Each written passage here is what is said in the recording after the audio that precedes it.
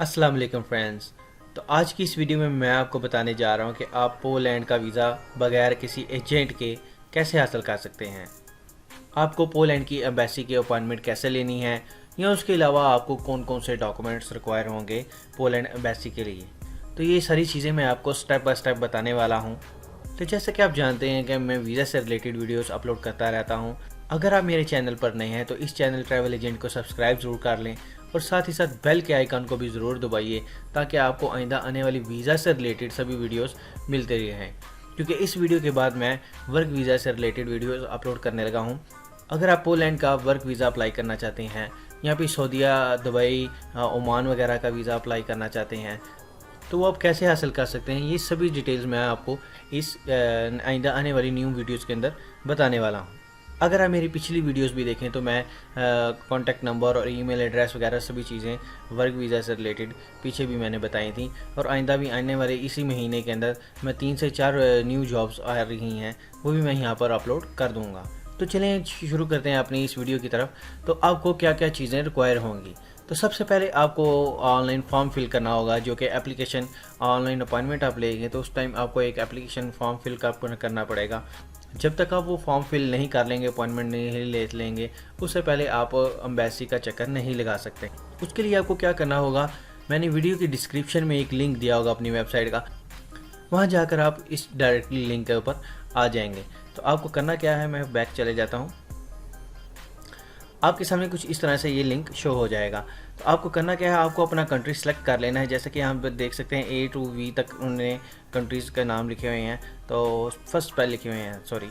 तो अगर आप इंडिया से, तो आप जैसा कि यहाँ पर आई को दबाया तो यहाँ पर देख सकते हैं आइसलैंड, इंडिया, इंडोनेशिया, ईरान नीचे कंट्रीज़ आ रहे हैं। अगर आप P को दबाएंगे तो यहाँ पर पाकिस्तान, पनामा, पेरू, फिलीपींस वगैरह यहाँ पर लिखे आ रहे हैं। तो आपका जो भी कंट्री होगा आपको अपने कंट्री को क्लिक कर लेना है। तो क्योंकि मैं पाकिस्तान से हूँ, मैं पाकिस्तान की वीडियो बना रहा हूँ, इसलिए ये पाकिस्तान को क्लिक किया, P को दबाया और यहाँ से पाकिस्तान को क्लिक करेंगे। तो जैसे ही क्लिक किया यहाँ पर एम्बेसी ऑफ पोलैंड इन इस्लामाबाद लिखा आ रहा है। इसी तरह से अगर मैं इंडिया को दबाऊँगा, यहाँ पर इंडिया को दबा रहा हूँ, तो स्क्रॉल डाउन लेके आता हूँ तो यहाँ पर 2 एम्बेसीज़ हैं, दिल्ली में भी और मुंबई में भी है। तो आप जहाँ से भी अप्लाई करना चाह रहे होंगे, जो भी आपका नज़दीक तरीन शहर पड़ेगा, आपको उसे क्लिक कर लेना है। तो मैं दोबारा से पाकिस्तान में चाहता हूँ, तो यहाँ पर देखें एम्बेसी ऑफ पोलैंड इन इस्लामाबाद को क्लिक करता हूँ। तो जैसे क्लिक किया तो यहाँ पर आप देख सकते हैं कि यहाँ पर उनका फुल एड्रेस आ गया है विद उस का कोड वहाँ पर शो हो रहा है आपके पास। तो आपको करना क्या है, सबसे पहले आपको देख लेना है कि आप वीज़ा कौन सा अप्लाई कर रहे हैं। अगर आप नेशनल वीज़ा अप्लाई कर रहे हैं, नेशनल वीज़ा से मुराद है कि अगर आप वहाँ के पक्के पेपर अप्लाई कर रहे हैं या वर्क परमिट अप्लाई कर रहे हैं। अगर वर्क परमिट भी अप्लाई कर रहे हैं तो आपको करना क्या है, यहाँ पर ये नेशनल वीज़ा रजिस्टर्ड फॉर्म लिखा आ रहा है, तो आपको यहाँ पर क्लिक करना है। अगर आप शेंजन वीज़ा यानी कि विज़िट वीज़ा आप लेकर अप्लाई कर रहे हैं, क्योंकि ये मैं वीडियो बना रहा हूँ विज़िट वीज़ा के लिए, शॉर्ट टर्म विज़िट वीज़ा जो होता है, तो आपको करना क्या है, यहाँ पर शेंजन वीज़ा रजिस्टर को क्लिक कर लेना है। तो जैसे ही क्लिक किया तो आपको स्क्रॉल डाउन ले आना है, यहाँ पे आई एम ह्यूमन लिखा हुआ है, तो यहाँ पर ह्यूमन को क्लिक करना है। करने के बाद यहाँ पर वेरीफाई के बटन को क्लिक करेंगे। अगर तो आपकी तस्वीरें बिल्कुल ठीक आपने सेलेक्ट की हुई होंगी तो वो नेक्स्ट हो जाएगा, अदरवाइज जैसा कि यहाँ पर देख सकते हैं कि गलती हो गई थी जिसकी वजह से ट्राई अगेन लिखा आ रहा है। तो यहाँ पर ये बसेस का पूछ रहा है कि अब आपको बस को क्लिक करना होगा, तो यहाँ पर मैं बसेस सेलेक्ट कर देता हूँ और दोबारा वेरीफाई के बटन को क्लिक करता हूँ। यहाँ पर देख सकते हैं कि ये वेरीफाई हो चुका है। इसी तरह से आप नेक्स्ट के बटन को क्लिक करेंगे, आगे से अपॉइंटमेंट वगैरह की सारी डिटेल आ जाएगी। तो मैं ये लंबे प्रोसेस में नहीं जाता, क्योंकि अपॉइंटमेंट लेने के चक्कर में अगर मैं गया तो ये वीडियो बहुत ज़्यादा लेंथी हो जाएगी। तो नेक्स्ट वीडियो के अंदर मैं आपको बताऊंगा कि आप अपॉइंटमेंट कैसे ले सकते हैं। तो चलिए शुरू करते हैं बाकी डॉक्यूमेंट्स की तरफ। अपॉइंटमेंट लेने के बाद, एप्लीकेशन ऑनलाइन फिल करने के बाद आपको नेक्स्ट क्या करना होगा, उसके अलावा आपके पास 2 पासपोर्ट साइज़ तस्वीरें चाहिए होंगी। याद रहे कि ये तस्वीरें 6 महीने से पुरानी नहीं होनी चाहिए। बेहतर यही है कि आप ये फ्रेश तस्वीरें ही खिंचवा कर आप साथ लेके जाइएगा। उसके अलावा आपका ओरिजिनल पासपोर्ट चाहिए होगा। याद रहे कि जो पासपोर्ट आपका होगा वो कम से कम 3 महीने वैलिड होना चाहिए आपकी ट्रैवलिंग डेट से पहले, यानी कि जब आप वीज़ा अप्लाई किया है उसे पहले आपका 3 महीने का कम से कम पासपोर्ट वैलिड हो और उसके ऊपर कम से कम 2 पेज ऐसे हों जो कि ब्लैंक हो, जिसके ऊपर किसी भी किस्म की स्टैंप इन आउट की या फिर किसी भी किस्म का स्टिकर वीज़ा ना लगा हुआ हो। उसके बाद आपको चाहिए अपने फ़ोटो कॉपी चाहिए होगी, नेशनल आईडी कार्ड जो आपका आइडेंटिटी कार्ड होता है उसकी आपको एक अदद कॉपी करवा लेनी है। याद रखिए जो कॉपीज़ मैं बता रहा हूँ ये आपको A4 पेपर के ऊपर ही निकलवानी है। A4 पेपर लेकर आपने फ़ोटो कॉपी वाले के पास चल जाना है, उन्हें बताना है कि ये आपको तस्वीरें जो कॉपीज़ चाहिए ये A4 के ऊपर चाहिए, फ्रंट बैक एक ही पेज के ऊपर आमने सामने शो हो रही हों। उसके बाद आपको ओरिजिनल और फ़ोटो कॉपी चाहिए होगी फैमिली रजिस्ट्रेशन सर्टिफिकेट जो FRC होता है, वो नादरा से इशू होता है, वो आपको चाहिए होगा। उसके बाद आपको एक अदद लेटर चाहिए होगा अगर आप किसी कंपनी में काम कर रहे हैं या फिर किसी स्कूल के अंदर काम कर रहे हैं या फिर आपका अगर अपना बिज़नेस है तो आपको एक लेटर ले लेना है और उसे फिलअप कर लेना है कि आप कितनी देर के लिए ट्रैवल कर रहे हैं। ये सारी चीज़ें इसके ऊपर लिखी हुई हों, आपकी सैलरीज वगैरह के बारे में और उसकी छुट्टी के बारे में आपका सारा लिखा हुआ हो। उसके बाद आपको अपनी बैंक स्टेटमेंट लगा लेनी है। याद रहे कि बैंक स्टेटमेंट कम से कम 6 महीने की होनी चाहिए, लास्ट 6 मंथ की आपकी बैंक स्टेटमेंट हो।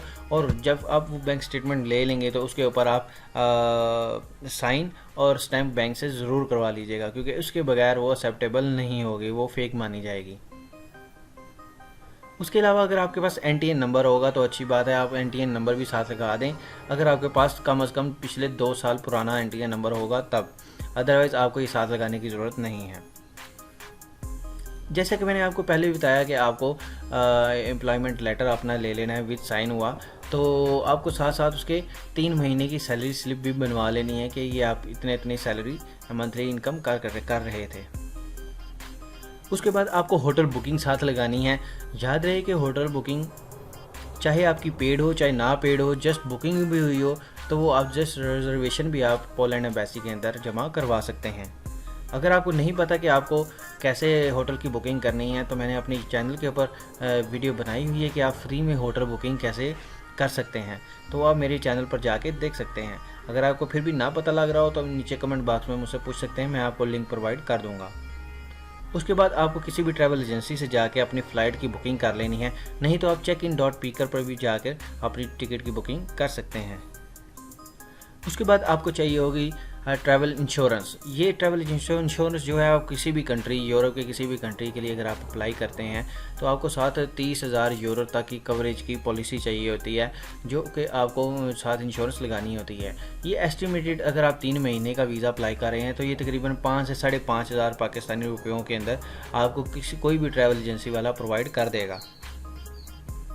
अगर आपको ट्रैवल इंश्योरेंस चाहिए होगी, अगर आपके पास ट्रैवल एजेंसी वाला नज़दीक नहीं है जो आपको इंश्योरेंस प्रोवाइड कर सके, तो आप हमसे कांटेक्ट कर सकते हैं वाया इसमें वीडियो के नीचे डिस्क्रिप्शन में लिंक जो दिया होगा वो मेरी वेबसाइट होगी, वहाँ पर आप अबाउट में जाकर मेरे से कांटेक्ट कर सकते हैं, या कांटेक्ट फॉर्म नीचे दिया होगा वहाँ पर आप जाकर मुझसे पूछ सकते हैं कि इंश्योरेंस की फ़ीस कितनी पे करनी होगी। मैं आपको ऑनलाइन फ़ीस पे करके आपको इंश्योरेंस बाई करवा दूँगा। नहीं तो अगर आप ऑनलाइन भी अप्लाई खुद ही करना चाहें तो आप गूगल पर जाकर सर्च कर सकते हैं। आदम जी इंश्योरेंस है, एशिया इंश्योरेंस है, अस्करी जनरल इंश्योरेंस है, अतलस इंश्योरेंस है, इस तरह से काफ़ी सारे इंश्योरेंस हैं। EFU है, हबीब इंश्योरेंस है जो कि अप्रूव्ड हैं। तो आप इनमें से कोई भी इंश्योरेंस ऑनलाइन आप अप्लाई करके इसका प्रिंट आउट निकाल लीजिए, उसकी एक कॉपी भी कर लीजिए और साथ ले जाइए। ये इंश्योरेंस आपकी याद रहे कि जो ट्रैवलिंग डेट आप लिखेंगे, यानी फॉर एग्जांपल आप 2 महीने की कर रहे हैं तो वो 2 महीने की ट्रैवलिंग डेट वहाँ पर आप डालेंगे, या फिर किसी भी कॉन्टैक्ट किसी एजेंसी से लेते हैं तो इन्हें बता दीजिए कि फ़लाँ डेट से लेकर फ़लाँ डेट तक की मुझे ट्रैवल इंश्योरेंस चाहिए, तो वो आपको ट्रैवल इंश्योरेंस बना देगा। तो ये बात होगी आपको डॉक्यूमेंट्स की कि आपको कौन किन डॉक्यूमेंट्स की ज़रूरत थी। तो मैं बता देता हूँ कि ये कितना प्रोसेस लगेगा और ये कितने में आपको वीज़ा मिल जाएगा। तो पोलैंड एम्बेसी इन दिनों में 14 से 28 दिन यानी कि तकरीबन 2 से 4 हफ्तों के अंदर अंदर आपको वीज़ा प्रोवाइड कर देती है। और उसकी फ़ीस जो है वो जैसा कि दूसरे कंट्रीज़ हैं, Germany, Holland, France, Germany, Spain वगैरह जितने भी कंट्रीज़ हैं उनकी तरह इसकी भी सिर्फ 60 यूरो फ़ीस होगी। ये 60 यूरो आप जिस वक्त आप अप्लाई करने के लिए जाएंगे उस वक्त जो यूरो का रेट आ रहा होगा उसके हिसाब से वो कैलकुलेशन हो जाएगी। ये तकरीबन अभी के जिस टाइम मैं ये वीडियो बना रहा हूँ तो ये अभी के लिहाज से ये तकरीबन 60 यूरो 11,000 रुपये के करीब बन जाते हैं। ये 11,000 रुपये फ़ीस आपकी जो कि होगी वो आपसे ले लेंगे। याद रहे कि इन केस ऑफ आपकी अगर वीज़ा नहीं लगता है, रिफ्यूज़ हो जाता है, तो ये फ़ीस नॉन रिफंडेबल है, यानी कि आपको ये फ़ीस वापस नहीं मिलेगी, चाहे वीज़ा लगे चाहे चाहे वीज़ा आपका रिजेक्ट हो, दोनों सूरतों में आपकी ये फीस वापस नहीं होगी। आई होप कि आपको सारी डॉक्यूमेंट्स की समझ आ गई होगी कि आपको किन किन डॉक्यूमेंट्स को साथ अटैच करना है। अगर आपको किसी भी किस्म का सवाल पूछना हो तो आप मुझसे नीचे कमेंट कर सकते हैं। इस वीडियो के डिस्क्रिप्शन में मैंने लिंक दिया हुआ है, वहाँ से आप जाके मुझसे कांटेक्ट भी मेरी वेबसाइट्स पे कर सकते हैं और मुझसे पूछ सकते हैं अगर आपको किसी भी किस्म का मसला आ रहा होगा। अगर आपको ये लगे कि ये वीडियो आपके लिए कुछ इन्फॉर्मेटिव थी तो इस वीडियो को लाइक ज़रूर कर दीजिएगा। इस चैनल को भी ज़रूर सब्सक्राइब कर लें ताकि आपको आइंदा आने वाली सभी नोटिफिकेशन भी आपको बआसानी मिलती रहें। तो आइंदा आने वाली वीडियो में मैं आपको बताऊंगा कि आपको पोलैंड की एम्बेसी की अपॉइंटमेंट कैसे लेनी है। तो तब तक के लिए अल्लाह हाफिज़।